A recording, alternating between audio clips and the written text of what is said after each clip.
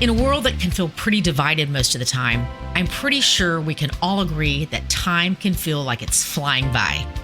I don't know if it feels more like that lately with the constant access to information and opinions of anyone and everyone, which is one of the main reasons I found myself these past few years seeking out ways to live my days with more intention and purpose. Writing and journaling has always been something I've enjoyed, and using this practice to process walking through each season has been so life-giving for me. This year, I've been so excited to release the first volume in the She is Awakening seasonal journal collection. And the feedback that I've received from those of you that already have yours has been even more exciting.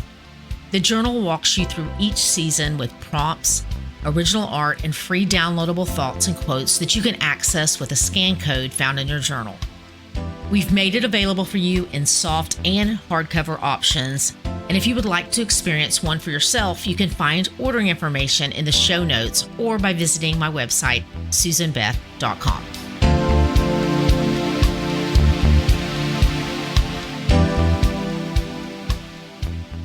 God helped me to step fully into abundance. I immediately, as I wrote that, just felt a check in my spirit. And I was reminded what I know to be true, that He has already provided everything that I need for every area of my life.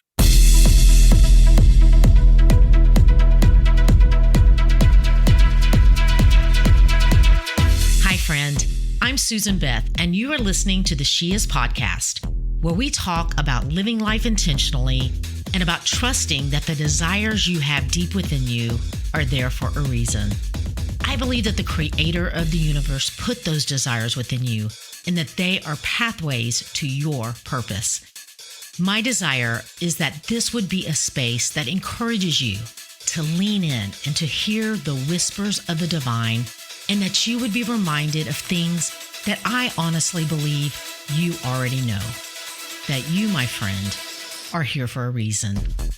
So if you're here for more conversations in that kind of space, welcome. Let's go.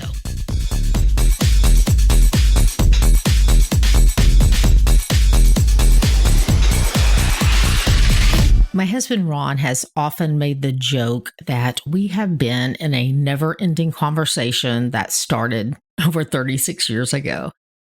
And if the conversations that we had between us were recorded, I think you might find them interesting, weird, obsessive. I don't know about how often we talk about the garden and God and Adam and Eve. It's such a starting point for everything. It's the foundation for our faith. And to us, it's just this beautiful picture of God's heart and intention from the beginning for humanity. And just when we think that there can't be any other angle for us to dive into, something will pop into one of our minds. And one morning earlier this week, I was spending some time reading and writing, and I was talking to God, and I was talking to Him about abundance, because I've just really found myself through the past few weeks. When I would look in, I've talked about how I keep like a lined journal with me at all times, throw my purse if I'm going somewhere. And as I have thoughts or something will pop in my mind, I will jot things down. And I've noticed when I will go back sometimes looking for something else, that on several pages, I have written scarcity versus abundance, just several times. So obviously it's something that I'm thinking about, and, feeling like that there's some areas for growth there.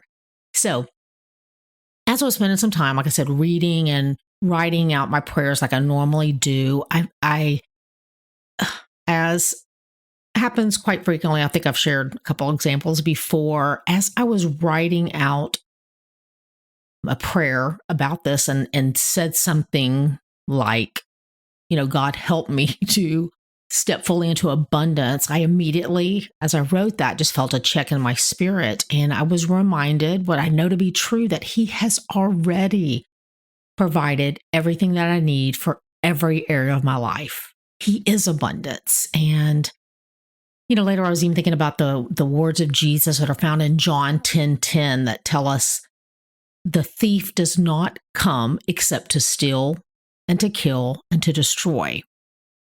But Jesus said, I have come that you might have life and have it more abundantly. And I know these words, and I would say that I believe these words of Jesus to be true. But to be totally transparent, I struggle with maintaining this mindset and living fully in an attitude of abundance. I know it to be true in my heart and my head, but then my flesh, tends to quickly pull me back into this scarcity mindset. And so as I was writing out, my thoughts and prayers, I found myself writing out a thought when it immediately popped into my mind. And the thought was, Eve was living in scarcity when she believed a lie. Then after I wrote that, I then immediately wrote a question. And the question was, what lie am I believing that is altering my destiny? Here Eve was living in paradise, and scripture tells us that the God of everything that was and is came and walked with her and Adam. And yet, instead of her standing fully in the abundance of all that God is, she found herself in a scarcity mindset that opened her up to believing a lie. Having a scarcity mindset over an abundance mindset, it can play out on many different levels in our lives. One way is hanging on to things that we never use and haven't used in 10 to 20 years, just in case. That's a scarcity mindset. Because if we really found ourselves needing that certain item that we've been hanging on to that haven't used forever, at that point, if we actually do need it, we can buy another one. But what is it in us? What is it in me that feels the scarcity of that I've got to hang on to this? We can have a scarcity mindset around food. And I'm not talking about the aspect of maybe financially not having the money for food to eat, but more around the mindset that we can have when we are around food.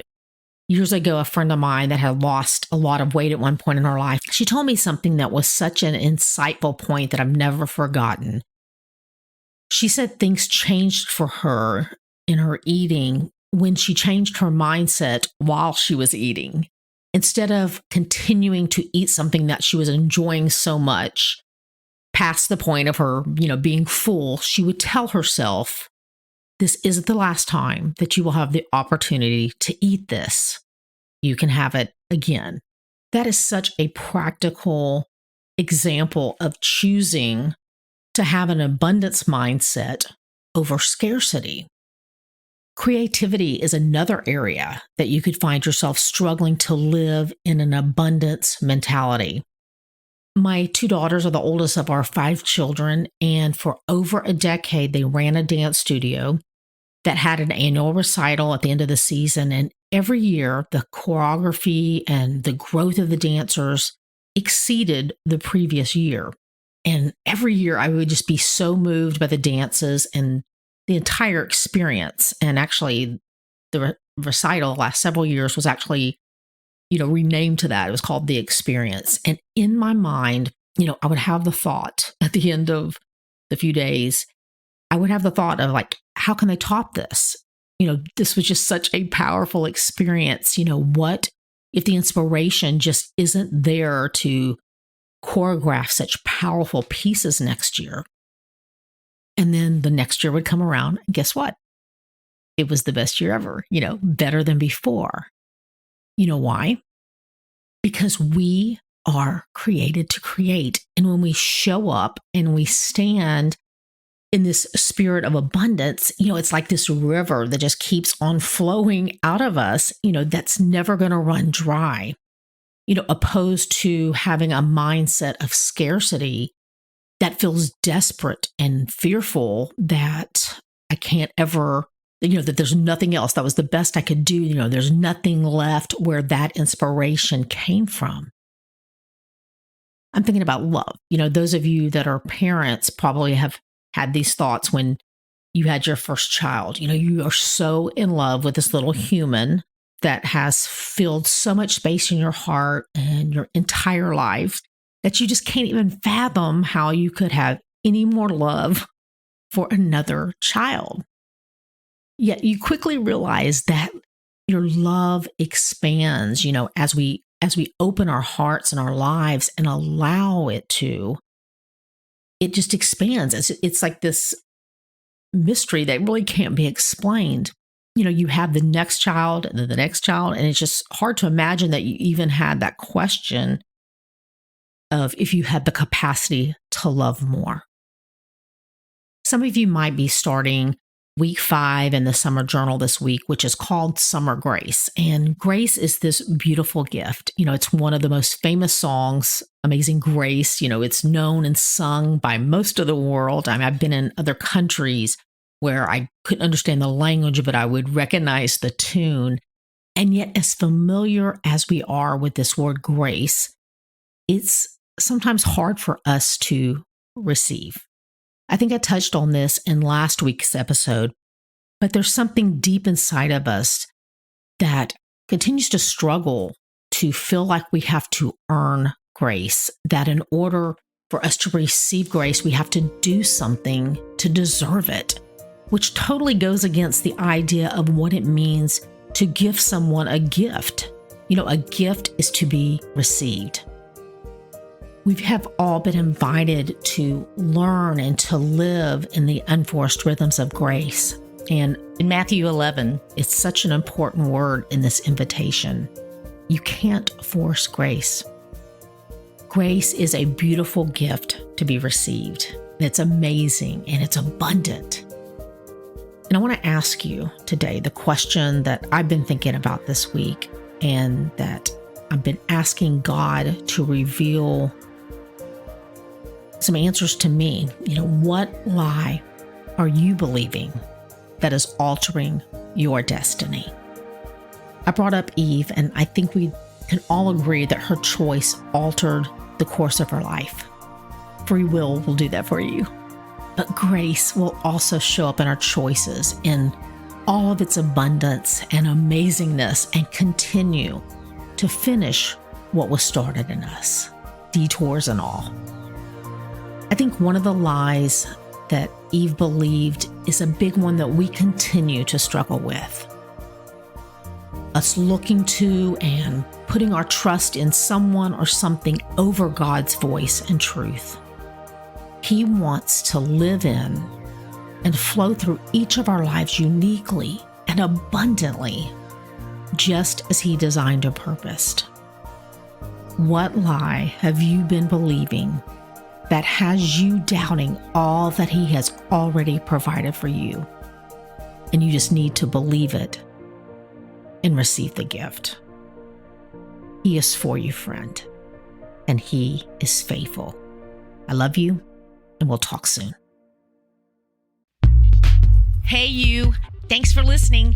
And if you would like to connect more, head over to SusanBeth.com and sign up, and you will be one of the first to find out about anything new. Plus, there's a special free download available just to say thanks. If something in this episode did speak to you, would you do me a favor and share it with a friend that you think it might resonate with as well? And until next time, keep showing up in the world just as God purposed you to do, because you being you is exactly what we all need.